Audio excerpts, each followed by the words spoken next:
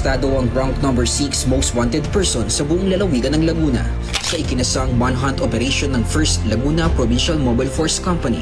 Kinilala ni Laguna PPO Acting Provincial Director, Police Colonel Sandro J. de la Cruz Tafalia, ang naarestong sospek na si alias Lito, 32 taong gulang at residente ng San Pedro City, Laguna.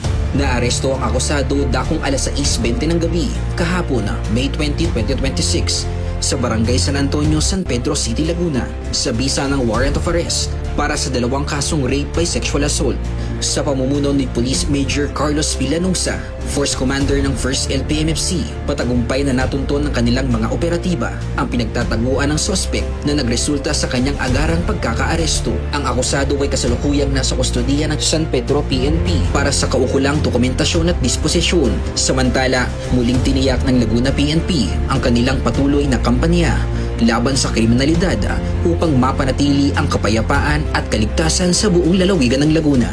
Mula dito sa Laguna Police Provincial Office, ako ang inyong PNN correspondent, Patrolman Giancarlo O. Calatin, alagad ng batas, tagataguyod ng Balitang Pulis.